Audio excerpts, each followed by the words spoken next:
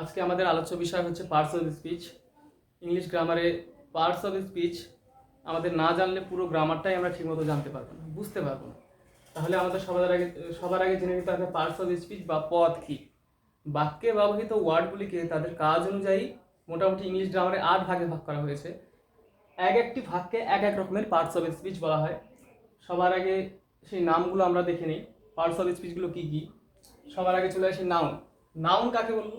যে ওয়ার্ড দ্বারা কোনো কিছুর নাম বোঝায় সেটাই হচ্ছে নাউন। অর্থাৎ নাউন মানে নেমিং ওয়ার্ড।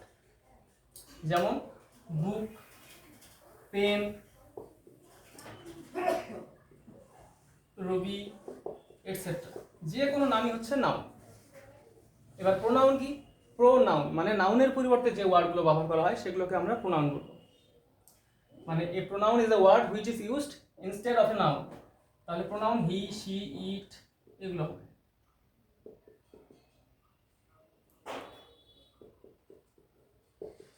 এবার প্রোনাউনের পরে চলে আসবো পরের পার্টস অফ স্পিচ হচ্ছে অ্যাডজেক্টিভ। এবার অ্যাডজেক্টিভ কাকে বলবো? অ্যাড মানে যুক্ত করা। এবার অ্যাডজেক্টিভ হচ্ছে বিশেষণ পদ। তাহলে এই অ্যাডজেক্টিভ আমরা কাকে বলবো? যে ওয়ার্ড নাউন বা নাউন সমতুল্য, অর্থাৎ প্রোনাউন বা অ্যাডজেক্টিভ ফ্রেজ বা অ্যাডজেক্টিভ ক্লজ সম্বন্ধে কিছু বলবে, নাউন ফ্রেজ বা নাউন ক্লজ সম্বন্ধে কিছু বলবে, তাহলে যে ওয়ার্ড নাউন বা নাউন সমতুল্য কোন ওয়ার্ডের সম্বন্ধে বর্ণনা দেবে বা বিশেষ কিছু তথ্য পেশ করবে, অর্থাৎ অতিরিক্ত কিছু ইনফরমেশন বা তথ্য দেবে, তাকে আমরা অ্যাডজেক্টিভ বলবো। তাহলে অ্যাডজেক্টিভ বা বিশেষণ কাকে বলবো আমরা? যে ওয়ার্ড নাউন বা নাউনের সম্বন্ধে কিছু বলে, অতিরিক্ত কোনো তথ্য দেয়, সেটাকে আমরা অ্যাডজেক্টিভ বলবো। যেমন good, bad, black, white, brilliant, etcetera ইত্যাদি। এবারে আমরা চলে আসি পরের পার্ট অফ স্পিচ হচ্ছে ভার্ব বা ক্রিয়াপদ। বাংলাতে আমরা ভার্বকে কি বলি? ক্রিয়াপদ বলি। তাহলে যে ওয়ার্ড দ্বারা কোনো কাজ করা বোঝায়, কোনো কিছু হওয়া বোঝায়, তার অধিকারে কোনো কিছু থাকা বোঝায়, সেই ওয়ার্ডগুলোকে আমরা ভার্ব বা ক্রিয়াপদ বলবো ইংরেজিতে। যেমন am is একটা হওয়া ক্রিয়া, বিইং ভার্ব। ডু মানে কাজ করা, প্লে খেলা, এগুলো অ্যাকশন ভার্ব। হ্যাভ, হ্যাজ এগুলো সব হ্যাভিং ভার্ব। তাহলে যে ওয়ার্ডগুলো দ্বারা আমরা কোনো কাজ করা বোঝাবো, কোনো কারো অধিকারে কোনো কিছু থাকা বোঝাবে যে ওয়ার্ডগুলো, বা যে ওয়ার্ডগুলো কেউ কোনো কিছু হয় এরকম অর্থ বোঝাবে, মানে হওয়া বোঝাবে, সেগুলো হচ্ছে এক এক ধরনের ভার্ব বা ক্রিয়াপদ। এবারে আমরা চলে আসি অ্যাডভার্ব। অ্যাড মানে আমরা যুক্ত করা, জানি এটা। এবার অ্যাড শব্দটার সঙ্গে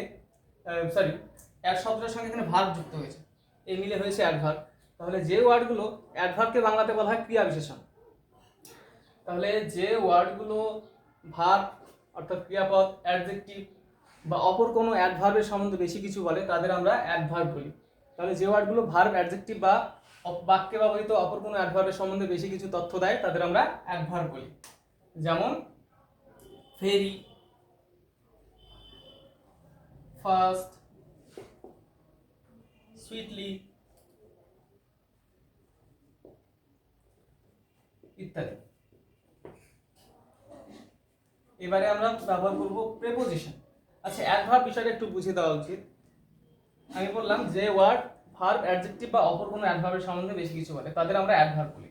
প্রথম একটা বাক্য লিখি আমি, কতগুলো বাক্যের মাধ্যমে বিষয়টা বোঝানোর চেষ্টা করি। হি ওয়াক্স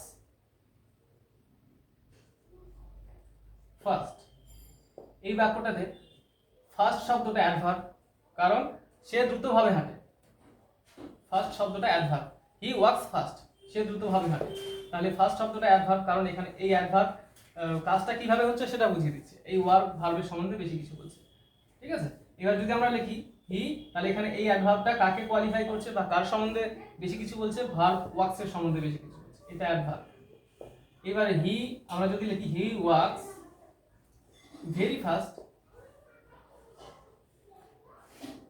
ফাস্ট, সে খুব দ্রুতভাবে হাঁটে। তাহলে এখানে ফার্স্ট শব্দটা আমরা দেখছি প্রথম বাক্যে, ফার্স্ট শব্দটা কাকে কোয়ালিফাই করছে? ভার্ব ওয়াক্সকে। এবার দেখো, তাহলে এটা তো অ্যাডভার্ব হচ্ছে। এইবারে ভেরি শব্দটাও আছে, এটা ভার্ব। এবার ভেরি শব্দটা কাকে কোয়ালিফাই করছে বা কার সম্বন্ধে বেশি কিছু বলছে? এই অ্যাডভার্বের সম্বন্ধে, অ্যাডভার্ব ফার্স্ট সম্বন্ধে বেশি কিছু বলছে। সে কতটা দ্রুতভাবে হাঁটে, খুব দ্রুতভাবে হাঁটে। এটা কিন্তু এটা এই অ্যাডভার্বটিকে কোয়ালিফাই করলো বা এর সম্বন্ধে বেশি কিছু করলো।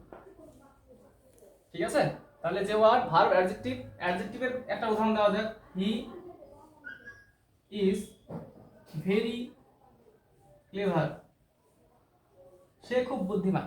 এখানে দেখতে পাচ্ছি আমরা ক্লেভার শব্দটা অ্যাডজেক্টিভ, কারণ এই অ্যাডজেক্টিভ হি প্রোনাউনের সম্বন্ধে বেশি কিছু বলছে।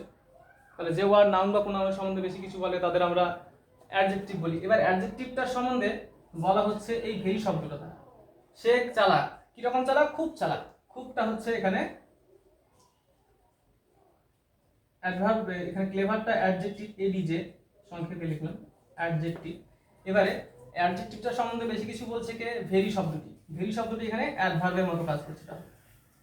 তাহলে আমরা দেখতে পাচ্ছি একটি অ্যাডভার্ব ভার্বের সম্বন্ধে বেশি কিছু বলতে পারে। যেমন প্রথম বাক্যে আমরা দেখেছি ভার্বের সম্বন্ধে এই অ্যাডভার্ব ফার্স্ট ভার্ব ওয়ার্কসের সম্বন্ধে বেশি কিছু বলছে। দ্বিতীয় বাক্যে আমরা কি দেখতে পাচ্ছি? অ্যাডভার্ব ভেরি অপর একটি অ্যাডভার্ব ফার্স্টের সম্বন্ধে বেশি কিছু বলছে। আর তৃতীয় বাক্যে আমরা কি দেখতে পাচ্ছি? হি ইজ ভেরি ক্লেভার, সে হয় খুব চালাক। এখানে ক্লেভার অ্যাডজেক্টিভ, এবারে অ্যাডভার্ব ভেরিটা অ্যাডজেক্টিভ সম্বন্ধে বেশি কিছু বলছে, সে হয় খুব চালাক। তাহলে কি রকম চালাক? খুব চালাক। বা কতটা চালাক? খুব চালাক। তাহলে অ্যাডজেক্টিভ অ্যাডভার্ব কি করে? বাক্যে ব্যবহৃত ভার্ব অ্যাডজেক্টিভ বা অপর কোনো অ্যাডভার্বের সম্বন্ধে বেশি কিছু তথ্য দেয়। আশা করি বিষয়টা বোঝা গেছে। এরপরে পার্ট অফ স্পিচ আমরা আলোচনা করব সেটা হচ্ছে প্রেপোজিশন। প্রেপোজিশন কি? প্রি শব্দের অর্থ পূর্বে, আর পজিশন বলতে বসা।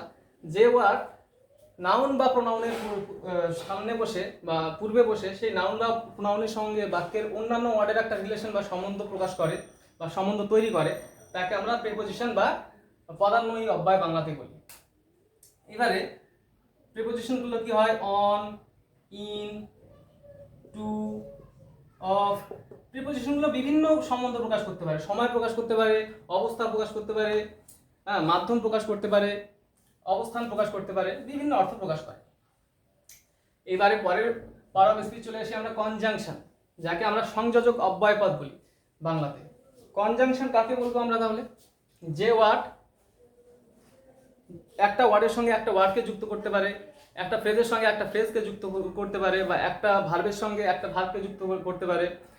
ওয়ার্ডের মধ্যে ঢুকে যাচ্ছে যদিও একটা। তাহলে যে ওয়ার্ড কোনো একটা ওয়ার্ডকে অপর একটি ওয়ার্ডের সঙ্গে, একটি সেন্টেন্সের সঙ্গে যুক্ত করে, বা একটা ফ্রেজকে একটা ফ্রেজের সঙ্গে, একটা ক্লজকে একটা ক্লজের সঙ্গে যুক্ত করে, অর্থাৎ জোড়ার কাজ করে, তাকে আমরা কনজাংশন বলবো। যেমন অ্যান্ড, বাট, হ্যাঁ, এই সমস্ত ওয়ার্ডগুলোকে আমরা কনজাংশন বলবো। And, but, if, than, etcetera. এই সমস্ত ওয়ার্ডগুলোকে আমরা কনজাংশন বলবো। পরের পার্ট অফ স্পিচ চলে আসে আমরা ইন্টারজেকশন। এবার ইন্টারজেকশন কি? অনেক গ্রামারিয়ান ইন্টারজেকশনকে পার্ট অফ স্পিচের মধ্যে ধরেন না, কারণ ইন্টারজেকশনটা বাক্যে ব্যবহৃত হয়ে গেলে পুরোপুরি আলাদা অর্থেই, মানে আলাদাভাবেই ব্যবহৃত হয়, বাক্যের মধ্যে থাকে না কিছুটা। যাই হোক, যে ওয়ার্ড মনের কোনো আবেগ প্রকাশ করে, রাগ, দুঃখ, ঘৃণা, আনন্দ, এরকম মনের কোনো আবেগ প্রকাশ করে, সেগুলোকে আমরা বলবো ইন্টারজেকশন বা আবেগ সূচক পদ। যেমন হুররা,